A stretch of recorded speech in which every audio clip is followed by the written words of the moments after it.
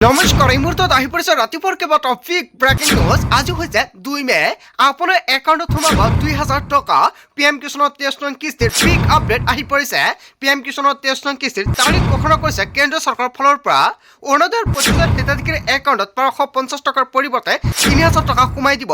অতি শীঘ্ৰে এই তিনিটা গুৰুত্বপূৰ্ণ কাম কৰক, অন্যথা অৰুণোদয় আঁচনিৰ টকা নাপাব। যদি আপুনি চৰকাৰী কৰৰ বাবে জিঅ'ৰিং কৰিছে, চৰকাৰী কৰৰ প্ৰথম কিস্তি টকা ৰিলিজ কৰা হ'ব সকলোৰে বেংক একাউণ্টত। আত্মসহায়ক প্ৰতিজন মহিলাৰ বেংক একাউণ্টত 25,000 টকা সোমাব। যদি আপুনি 10,000 টকাৰ চেক পাইছে, ভাল খবৰ। কেৱল এয়াই নহয়, ৰেচন কাৰ্ড থাকিলে আজিৰ পৰা 10 তাৰিখৰ ভিতৰতে এই দুটা গুৰুত্বপূৰ্ণ কাম কৰক, অন্যথা ৰেচন বন্ধ হ'ব। লগতে কেইবাটাও ৰাজনৈতিক খবৰৰ লগতে অৰাজনৈতিক খবৰ যুগুত কৰা হৈছে আজিৰ দিনটোত। গোটেই অসম তথা ভাৰতৰ বিভিন্ন প্ৰান্তৰ পৰা যুগুত হৈছে কেইবাটাও ডাঙৰ খবৰ। এনেবোৰ খবৰ নিতৌ পাই থাকিবলৈ চেনেলটি ছাবস্ক্ৰাইব কৰি ভিডিঅ'ত এটা লাইক কৰিবলৈ নাপাহৰিব। আজিৰ আমাৰ প্ৰথমটো খবৰ গুৰুত্বপূৰ্ণ খবৰ হৈছে অসমবাসীৰ বাবে এটা ডাঙৰ খবৰ। আপোনাৰ একাউণ্টত সোমাব 2000 টকা। PM কিষাণৰ 23 নং কিস্তিত বিগ আপডেট আহি পৰিছে। সকলো কৃষক ৱেইট কৰি আছে কেতিয়া PM কিষাণৰ 23 নং কিস্তিৰ ধন প্ৰদান কৰিব কৃষকসকলৰ একাউণ্টত। কিন্তু কৃষকসকলে 23 নং কিস্তিৰ টকা পাবলৈ তিনিটা গুৰুত্বপূৰ্ণ কাম কৰিব লাগিব। PM কিষাণৰ তালিকাত আপোনাৰ নাম অন্তৰ্ভুক্ত হৈ আছে নেকি? তেন্তে আপোনাৰ বাবে ভাল খবৰ। সাজু হওক 23 নং কিস্তিৰ ধন ল'বলৈ। লাখ লাখ কৃষকৰ বাবে ডাঙৰ খবৰ। শীঘ্ৰে দেশৰ কৃষকৰ একাউণ্টত সোমাব 23 নং কিস্তিৰ ধন ৰাশি। PM কিষাণ সম্মান নিধিৰ আঁচনিৰ দ্বাৰা দেশৰ ক্ষুদ্ৰ কৃষকসকলক আৰ্থিক সহায় আগবঢ়ায় আৰু এই উদ্দেশ্যৰে বছৰি 6,000 টকা তিনিটা কিস্তিত প্ৰদান কৰা হয় দেশৰ কোটি কোটি কৃষকসকলৰ একাউণ্টত। আৰু অতি শীঘ্ৰে PM কিষাণৰ 23 নং কিস্তিৰ টকা ৰিলিজ কৰা হ'ব একাউণ্টত। উল্লেখ্য যে 13 মাৰ্চ 2026 PM কিষাণ সম্মান নিধি আঁচনিৰ 22 নং কিস্তিৰ ধন মুকলি কৰিছিল প্ৰধানমন্ত্ৰী নৰেন্দ্ৰ মোদীয়ে। আৰু অসমৰ গুৱাহাটীৰ পৰাই প্ৰধানমন্ত্ৰীগৰাকীয়ে দেশৰ লাখ লাখ কৃষকৰ একাউণ্টত DBTৰ জৰিয়তে মুকলি কৰিছিল 2000 কোটি টকা। এতিয়া কৃষকসকলে ৱেইট কৰি আছে 23 নং কিস্তিক লৈ। অৱশেষত কৃষকসকলৰ বাবে ভাল খবৰ আহি পৰিছে। এতিয়া কেতিয়া সোমাব PM কিষাণৰ 23 নং কিস্তিৰ ধন ৰাশি? 22 নং কিস্তিৰ ধন লাভ কৰাৰ পিছতে বৰ্তমান 23 নং কিস্তিৰ ধন কেতিয়া একাউণ্টত সোমাব, আৰু ইয়া হৈছে ডাঙৰ প্ৰশ্ন।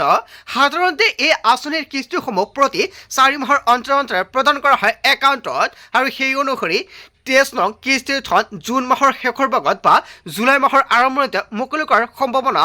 সকলো কৃষক ৱেইট কৰি আছে কেতিয়া PM কিষাণৰ টকা প্ৰদান কৰা হ'ব। অৱশেষত নিশ্চয় দেশৰ কোটি কোটি কৃষকে জানিলে PM কিষাণৰ 23 নং কিস্তিৰ টকা কেতিয়া প্ৰদান কৰা হ'ব। জুন মাহৰ শেষত অথবা জুলাই মাহৰ প্ৰথম সপ্তাহতে দেশৰ কোটি কোটি কৃষকৰ একাউণ্টত 23 নং কিস্তিৰ টকা সোমাব।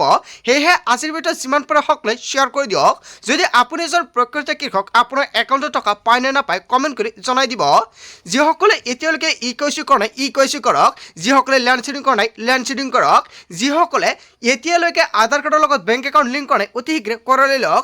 যদি এই তিনিটা কাম নকৰে আপোনাৰ বেংক একাউণ্টত PM কিষাণৰ টকা নাপাব। আৰু আজিৰ ভিডিঅ'টো সকলোৱে শ্বেয়াৰ কৰি দিয়ক। তাৰপিছত অসমবাসী ৰাজুক জনসভাৰ পৰৱৰ্তী খুবেই গুৰুত্বপূৰ্ণ খবৰ, লগতে এটা ডাঙৰ খবৰ। আজিৰ পৰা সলনি হৈছে ৰন্ধন গেছৰ কেইবাটাও নতুন নিয়ম। আপোনাৰ ঘৰত উজ্জ্বলা যোজনাৰ গেছ কানেকশ্যন আছে নেকি? তেনে ক্ষেত্ৰত আজিৰ পৰা নতুন নিয়মেৰে আপুনি বুকিং কৰিব লাগিব ৰন্ধন গেছ। যদি আপোনাৰ ৰন্ধন গেছ আছে এইকেইটা নতুন নিয়ম মানিব লাগিব, অন্যথা আপোনাৰ বেংক একাউণ্টত ছাবচিডিৰ টকা জমা নহ'ব।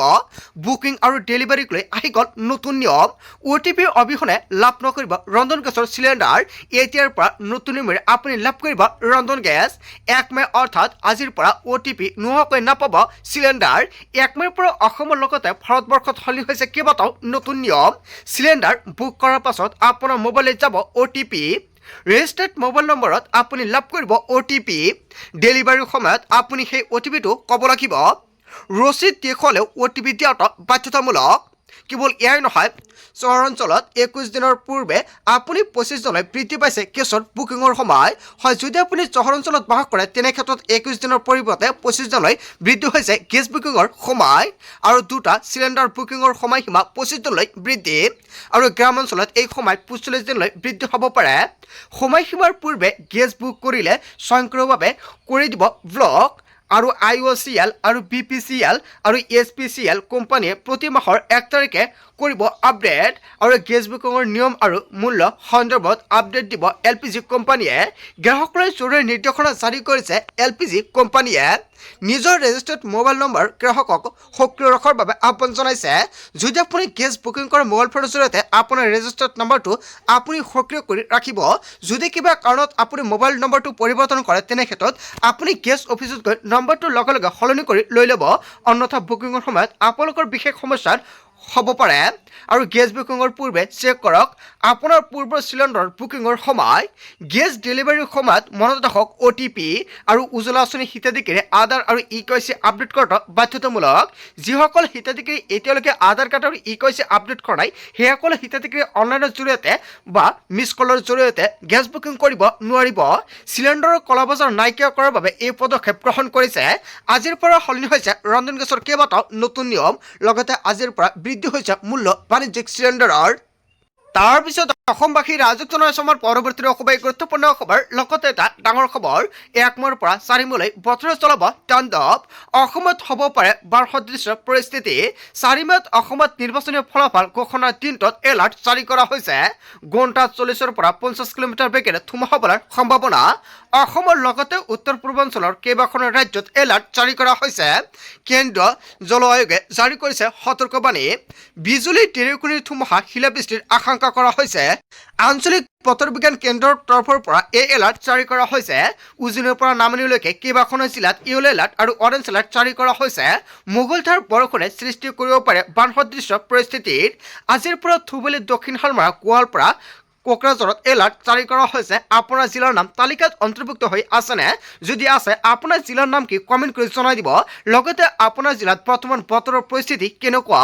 চিৰাং, বাক্সা, বৰপেটা, বঙাইগাঁও, বজালী, তামুলপুৰ, নলবাৰী, কামৰূপ মেট্ৰ', দৰং, ওদালগুৰি, পশ্চিম কাৰ্বি আংলং, সমান্তৰালকৈ শোণিতপুৰ, বিশ্বনাথ, লখিমপুৰ, ধেমাজি, ডিমা হাছাও, কাছাৰত এলাৰ্ট জাৰি কৰা হৈছে। হাইলাকান্দি, শ্ৰীভূমি জিলাতো ইয়েলো এলাৰ্ট জাৰি কৰা হৈছে। 2 মে'ত শ্ৰীভূমি, হাইলাকান্দি, কাছাৰ, ডিমা হাছাও জিলাত এলাৰ্ট জাৰি কৰা হৈছে। আজি হৈছে 2 মে'। আজি সাৱধান হওক এইকেইখন জিলাৰ পৰা যদি ভিডিঅ' চাই আছে। 1 মে'ৰ পৰা 4 মে'লৈ বতৰ চলাব তাণ্ডৱ। বৰ্তমান আপোনাৰ জিলাত বতৰৰ পৰিস্থিতি কি কমেণ্ট কৰি জনাবলৈ নাপাহৰিব। তাৰপিছত অসমবাসী ৰাইজক জনাইছো আমাৰ পৰৱৰ্তী খুবেই গুৰুত্বপূৰ্ণ খবৰ, লগতে এটা ডাঙৰ খবৰ। 4 মে'ত ঘোষণা হ'ব বিধানসভা নিৰ্বাচনৰ ফলাফল। আৰু 4 মে'ত ভোট গণনাৰ প্ৰাক মুহূৰ্তত জাৰি কৰা হ'ল SOP। 4 মে'ৰ পূৰ্বে সকলোৱে জানি লওক, কঠোৰ নিয়ম জাৰি কৰিছে প্ৰশাসনে। ভোট গণনা কক্ষত প্ৰৱেশ কৰিবলৈ বৈধ পৰিচয় পত্ৰ থাকিব লাগিব। বৈধ পৰিচয় পত্ৰ নাথাকিলে প্ৰৱেশ নিষিদ্ধ। ভোট গণনা কেন্দ্ৰৰ 100 মিটাৰ ভিতৰত জনসমাগম কৰিব নোৱাৰিব। ভোট গণনা কেন্দ্ৰৰ 100 মিটাৰৰ ভিতৰত গাড়ী পাৰ্কিং কৰিব নোৱাৰিব। ভোট গণনা কেন্দ্ৰৰ কাষত অস্থায়ী দোকান, হোটেল দিয়া নিষিদ্ধ। ভোট গণনাৰ দিনা অস্ত্ৰ, লাঠি লৈ ৰেলী কৰিব নোৱাৰিব। সম্পূৰ্ণ নিষিদ্ধ কৰা হৈছে এইসমূহ কাৰ্যত। ফলাফল ঘোষণাৰ পিছতে আতচবাজি ফুটোৱা নিষিদ্ধ। কোনেও লাউডস্পিকাৰ ব্যৱহাৰ কৰিব নোৱাৰিব। আইন ভংগ কৰিলে BNSৰ ধাৰা 223 অনুসৰি কঠোৰ ব্যৱস্থা লোৱাৰ হ'ব। আৰু এই নিৰ্দেশনা ভোট গণনাৰ আৰম্ভৰ পৰা শেষলৈকে কাৰ্যকৰী হ'ব। ভোট গণনাক লৈ হোজাই জিলা প্ৰশাসনে গুৰুত্বপূৰ্ণ নিৰ্দেশনা জাৰি কৰিছে। 4 মে'ত ঘোষণা হ'ব বিধানসভা নিৰ্বাচনৰ ফলাফল আৰু ইয়াক লৈ SOP জাৰি কৰা হৈছে।